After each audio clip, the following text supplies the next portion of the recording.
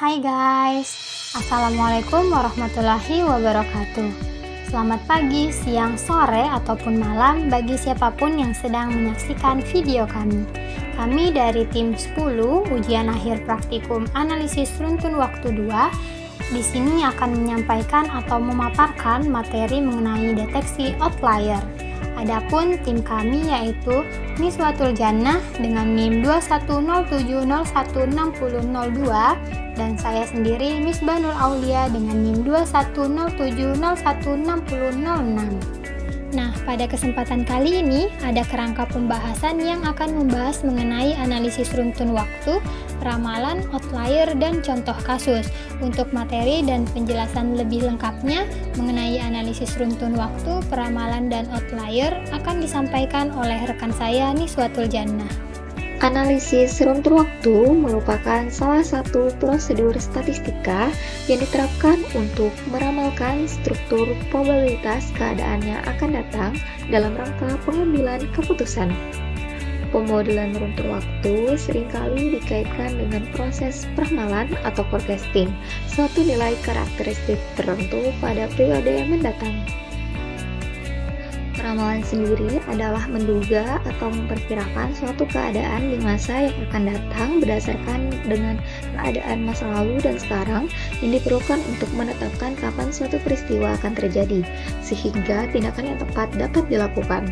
Pada umumnya, peramalan dilakukan dengan menggunakan ARIMA, namun metode ini masih menunjukkan kekurangan ketika terjadi gangguan noise atau data-data yang berfluktuasi ekstrim. Data yang berfluktuasi ekstrim ini mengindikasikan adanya intervensi ataupun outlier. Outlier sendiri adalah data pengamatan yang tidak konsisten pada seriesnya. Efek kejadian tersebut dapat dihitung dengan model intervensi jika waktu dan penyebab diketahui. Ada 4 macam jenis outlier, yaitu innovational outlier, additive outlier, temporary change, dan level shift. Deteksi outlier pertama kali dikemukakan oleh Fox pada tahun 1972 dalam W 2006 yang memperkenalkan outlier tipe 1 atau additive outlier dan tipe 2 atau innovation outlier. Untuk jenis outlier yang pertama ada additive outlier adalah kejadian yang mempunyai efek pada data time series hanya pada satu periode saja. Untuk bentuk umum additive outlier dalam proses ARMA tertera pada layar. Lalu yang kedua ada innovational outlier adalah kejadian yang efeknya mengikuti proses ARMA. Untuk bentuk umum innovational outlier dapat dilihat pada layar. Selain dua tipe outlier tersebut, masih ada dua tipe outlier lain yang sering dibahas dalam analisis runtun waktu, yaitu level shift atau LS dan temporary change atau TC. Suatu LS adalah kejadian yang mempengaruhi deret pada satu waktu tertentu yang memberikan suatu perubahan tiba-tiba dan permanen. Sedangkan TC adalah suatu kejadian di mana outlier menghasilkan efek awal sebesar omega pada waktu T, kemudian secara perlahan sesuai dengan besarnya delta. Selanjutnya adalah contoh kasus. Pemodelan curah hujan sudah banyak dilakukan dalam beberapa penelitian, antara lain dengan model ARMA atau Autoregressive Moving Average dan model ARIMA atau Autoregressive Integrated Moving Average. Model ARMA ini hanya berlaku khusus pada data stasioner dan tidak berlaku pada data non-stasioner. Sedangkan model ARIMA yang sudah diteliti belum memberikan hasil-hasil uji statistik untuk evaluasi kesesuaian model. Uji statistik yang dimaksud antara lain adalah deteksi stasioneritas data dalam varians melalui transformasi Box-Cox.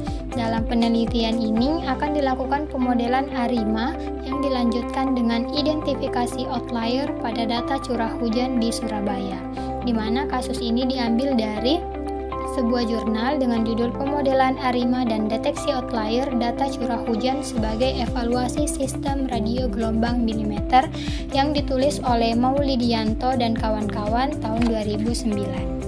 Angka Langkah pertama yang dilakukan adalah menampilkan plot data curah hujan dan juga plot hasil dari transformasi box chalk. Data curah hujan yang terjadi pada Maret 2007. Berdasarkan gambar, terlihat bahwa maksimum pengukuran sebesar 132 mm/h dengan sampel data sebanyak 242 data. Untuk mengetahui apakah data tersebut stasioner dalam varians, digunakan uji box chalk seperti pada gambar 3. Terlihat bahwa lambda sebesar 0,13 yang jika dibulatkan ke bawah menjadi sama dengan 0, di mana artinya data tidak stasioner dalam varians, sehingga data harus ditransformasi. Dari gambar 4 terlihat bentuk ACF turun secara perlahan, yang berarti data ZT tidak stasioner dalam rata-rata, sehingga diperlukannya differencing. Gambar hasil plot ACF dan PACF setelah di-differencing dapat dilihat pada gambar 5 dan 6. Memperhatikan gambar tersebut, dapat diduga bahwa model yang sesuai untuk data di atas adalah ARIMA 210 dan ARIMA 011.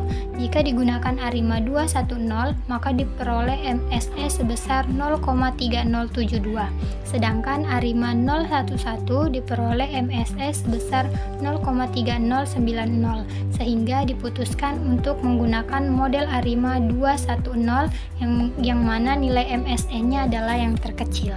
Selanjutnya adalah pengujian normalitas residual. Hasil uji Kolmogorov-Smirnov pada residual menunjukkan residual belum berdistribusi normal. Hal ini diduga karena adanya outlier pada data. Output hasil uji normalitas Kolmogorov-Smirnov seperti ditunjukkan pada gambar 7. Model ARIMA 210 yang diperoleh dapat ditulis secara matematis seperti yang tertera pada layar, dengan MSE sebesar 0,3072 yang diperoleh dari metode Maximum Likelihood Estimation.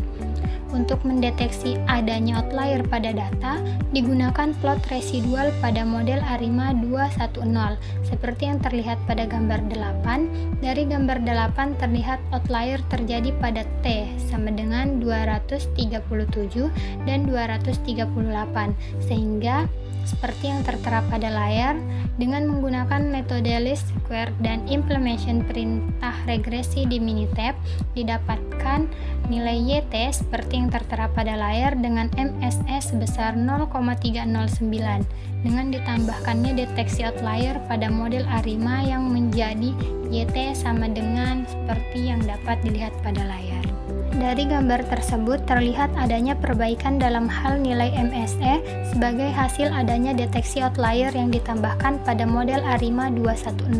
Proses deteksi outlier dapat digunakan untuk memperbaiki model ARIMA yang diperoleh agar mendapatkan model yang valid untuk prediksi. Model yang valid akan memberikan nilai prediksi yang lebih efisien. Berdasarkan hasil penelitian ini, dapat diambil beberapa kesimpulan, antara lain, model ARIMA dapat dilakukan dengan tahap seperti flowchart di gambar 1, menggunakan software Minitab dan MATLAB. Nah, prosedur ini seringkali belum mampu memberikan residual yang memenuhi uji normalitas Kolmogorov-Smirnov karena adanya outlier. Dengan bantuan Minitab dapat digunakan untuk mendeteksi outlier khusus pada model ARIMA PDQ dengan Q sama dengan 0, tetapi tidak berlaku untuk ARIMA PDQ dengan P sama dengan 0. Deteksi outlier dapat memperbaiki MSE dari model yang ditentukan. Perbaikan MSE pada model memberikan residual yang cenderung memenuhi syarat distribusi normal. Sekian pemaparan dari kami, kurang dan lebihnya mohon dimaafkan. Wassalamualaikum warahmatullahi wabarakatuh. Bye-bye.